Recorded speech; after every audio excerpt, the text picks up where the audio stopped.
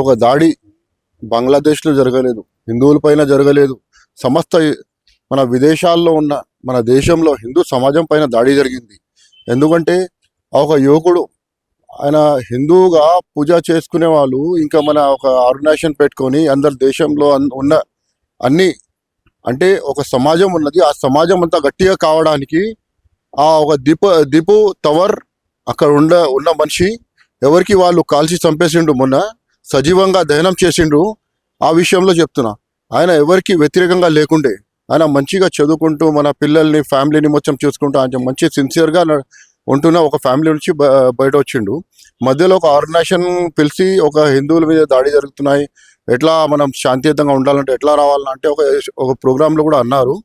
అందరు కలిసి అందరు దేవుడు ఒకడు ఉన్నారు, అందరు దేవుడిని కలిసి అందరు ఏ దేవుడికి వాళ్ళే పూజ చేసుకోవాలన్నా, ఇంకా మా దేవుడికి మా హిందూ ధర్మానికి కూడా దేవుడున్నా మేము కూడా మా దేవుడికి పూజ చేసుకుంటాం, ఇంకా ఎవరితో మాకు సంబంధం లేదు, ఎవరికి వ్యతిరేకంగా మేము మాట్లాడమని చెప్పిండు.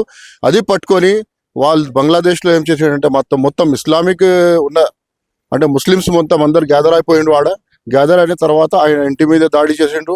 అరే క్యా రే తూ अपने पूरे जितने भी भगवान है, तुम्हारे भगवान हमारे भगवान एक नहीं है, तू काफिर है रे, काफिर भी हमारे भगवान की पूजा करना बोल के సజీవంగా ఆయనకి రోడ్డు మీద తీసుకొచ్చి చంపి ఆయనకి చెట్టు మీద అంటే ఒక ఫాన్సీలా కట్టేసి ఇంకా పెట్రోల్ పోసుకొని సజీవంగా దహనించిండ్రు.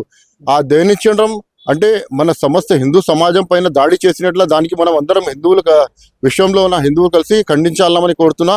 ఇంకొకటి చెప్తా, ఈ దాడి విషయంలో దాడికి ప్రతి దాడి అన్ని చోట్ల ఉంటాయి, అది కూడా నేను చెప్తూనే ఉన్నా. ఒకటి వాళ్ళ మౌల్వీలు కూడా ఎట్లా చెప్తున్నా అంటే మేము బంగ్లాదేశ్లో హిందువుల పైన దాడి చేస్తున్నాం, అట్లనే మీరు ఇండియాలో కూడా హిందువులు కూడా సుధరించుకోవాలన్నా, లేకుంటే మాకు వ్యతిరేకంగా మీరు ఉంటే మేము కూడా మిమ్మల్ని కూడా చెప్పడానికి వెనక జరగమని వాళ్ళు మౌల్వీ స్టేట్మెంట్ ఇచ్చిండు. దాన్ని కూడా చెప్తున్నాం.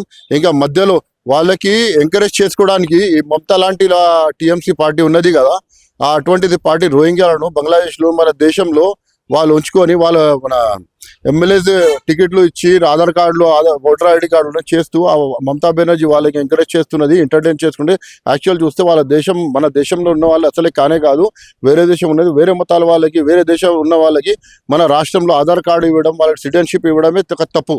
కానీ చేసిండు ఎవరు? ఈ మన బంగాల్లో ఉన్న మమతా బెనర్జీ టీఎంసీ పార్టీ మమతా బెనర్జీ చేసింది. వాళ్ళకి ఎందుకంటే ఆతంకవాదీ గతివిధులు ఎవరెవరు ఇన్వాల్వ్ ఉన్నారో అటువంటిది వాళ్ళకి ఇంకా మన దేశంలో వచ్చి వాళ్ళు ఉంటున్నారు. యాక్చువల్ వాళ్ళు బంగ్లాదేశీయులు విదేశం నుంచి బయట నుంచి వచ్చి మన దగ్గర ఉంటున్నారు. వాళ్ళకి మన యాక్చువల్ చూస్తే గవర్నమెంట్కి మన మిలిటరీకి అప్పగించాలన్నా, వాళ్ళ మీద కేసు ఫైల్ చేయాలన్నా, అటువంటివి చేయకుండా ఓట్ బ్యాంక్ రాజనీతి చేసుకుంటూ ఈ మమతా బెనర్జీ ఆయన మన బయట నుంచి వచ్చిన వాళ్ళకి అక్కడ సిటిజన్షిప్ ఇచ్చిండు. అంతా ఇవ్వడం తప్పు. వాళ్ళ మీద ఫస్ట్ ఎంటర్టైన్ చేస్తున్నాయంటే మమతా బెనర్జీ చేస్తున్నది. అటువంటి చర్యలు మన ఇండియాలో కూడా జరిగే అవకాశం చాలా ఉన్నది. ఎందుకంటే మన రోహింగ్యాలు ఉన్నారు, బంగ్లాదేశ్ చాలా మంది వచ్చిండ్రు, మన పైన దాడి చేసుకోవడానికి వాళ్ళు రెడీగా ఉన్నారు. మరి మౌల్వీ స్టేట్మెంట్ ఉన్నాయి. అటువంటి దానికి మనం కూడా ఖండిస్తూ మన సెంట్రల్ గవర్నమెంట్కి కూడా మనం యాక్షన్ తీసుకోవాలని మనం దేశంలో ఉన్న ప్రజలు అందరు కోరాలమని అంటున్నా. ఎందుకంటే ఈ దాడి మన సమస్త హిందూ సమాజం జరిగింది, బంగ్లాదేశ్లో కానీ మన ఇండియాలో కూడా జరగవచ్చు. దానికి మనం ముందు జాగ్రత్తగా హుషారు ఉంటేనే మన సెంట్రల్ గవర్నమెంట్ కూడా ముందు జాగ్రత్తగా హుషారు అనుకుంటూ మన రోహింగ్యాలు ఎవరెవరు బయట నుంచి వచ్చింటూ వారిని తరిమి కొట్టాలని అంటున్నా. ఇంకా ఏమంటే మన బంగ్లాదేశీలు చాలా మంది ఇక్కడ వచ్చి మన ఆసాంలో కానీ త్రిపురలో కానీ అక్కడ జార్ఖండ్లో చాలా చోట్ల దాడులు చేస్తున్నారు. మన తెలంగాణలో కూడా హైదరాబాద్లో కూడా చాలా మంది దేశీయులు ఉన్నారు, పాకిస్తానీలు ఉన్నారు, రోహింగ్యాలు ఉన్నారు.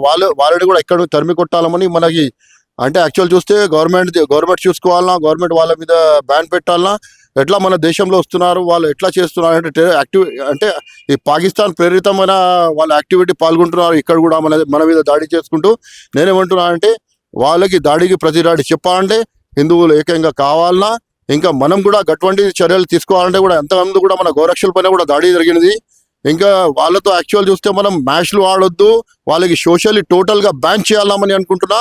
ఇంకా సోషల్ మనం బైకాట్ చేయకపోతే, ఎందుకంటే మధ్యలో నారాయణగూడలో కానీ ఓల్టీలో కానీ ఎక్కడికి చిన్న షాపులు పెట్టుకొని మన హిందూ అమ్మాయిలని కానీ ఈ ఆటో వాళ్ళు కూడా చాలా మంది ఉన్నారు, అందులో ఎక్కువ శాతంగా బంగ్లాదేశీ రోహింగ్యాలు ఉన్నారు. సో మనం ఏం చేయాలన్నా వాళ్ళని బైకాట్ చేసి వాళ్ళ బిజినెస్ డెవలప్ కాకుండా చూసుకోవాలంటే మన కర్తవ్యమే.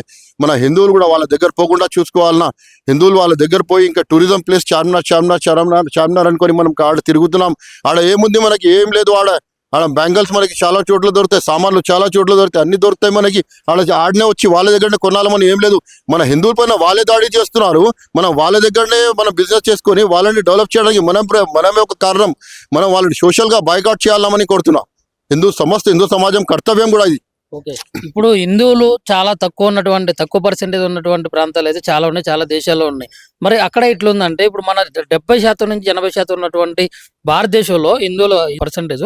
మరి ఇక్కడ హిందువుల మీద దాడులు జరుగుతా ఉన్నాయి. మరి ఇవన్నీ ఆగడానికి ఎటువంటి కార్యాచరణ చేపట్టాలి? అన్న ఫస్ట్ ఒకటి చెప్తున్నా, ఒక హిందువులు వన్ సైడ్ రావాలన్నా. ఈ దేశం మన హిందూ దేశం, రాష్ట్రం మన హిందూ రాష్ట్రం. మన ఒక స్లోగన్ ఉంది, జై హిందూ రాష్ట్రం అఖండ భారతం కూడా మన స్లోగనే ఉన్నది. అంతకుముందు వందే మాత్రం పాడింది ఎవరు? బెంగాల్ నుంచి మన బంకిం చటర్జీ కూడా. ఏమంటే మన దేశం వందే మాత్రం అంటే మన దేశానికి స్వాతంత్రం వచ్చింది వందే మాత్రం నినాదంతోనే వచ్చింది. గట్లనే మనం జై శ్రీరామ్ ఒకటి నినాదం వచ్చింది మనకి. నినాదం అంటే ధర్మం పేరుతో ఒక జై శ్రీరామ్ పేరుతో ఒక మన దేవుడిని పూజించుకుంటూ మనం అయోధ్యలో మన మీద అంటే 400 years చరిత్ర ఉన్నది మనకి. ఇప్పటివరకు ఎవరు కూడా కట్టలేకపోయినరు. ఏ మొగ అంటే పెద్ద పెద్ద రాజకీయ పార్టీలు వచ్చినాయి మనకి. ఆ రాజకీయ పార్టీ కూడా మనకి ఏం చేయలేకపోయింది. ఒకటి పార్టీ చేసిండంటే మనం మోదీ గవర్నమెంట్ చేసింది. మోదీ గవర్నమెంట్ కూడా మన హిందుత్వానికి సమర్పితం అయ్యే ఒక గవర్నమెంట్ ఉన్నది. దానికి ఆ గవర్నమెంట్కి కూడా కర్తవ్యం ఉంటుంది.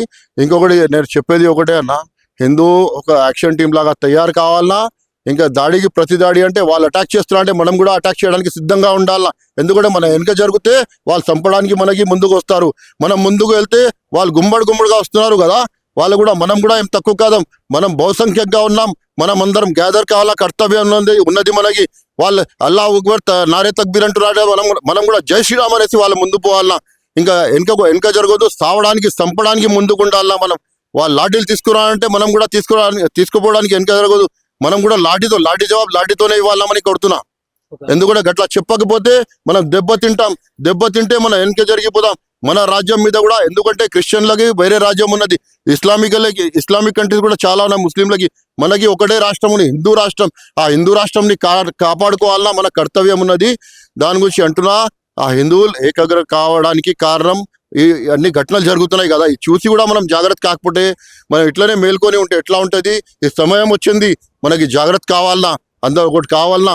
జై శ్రీరామ్ నినాదంతో ముందుకు పోవాలని కోరుతున్నా.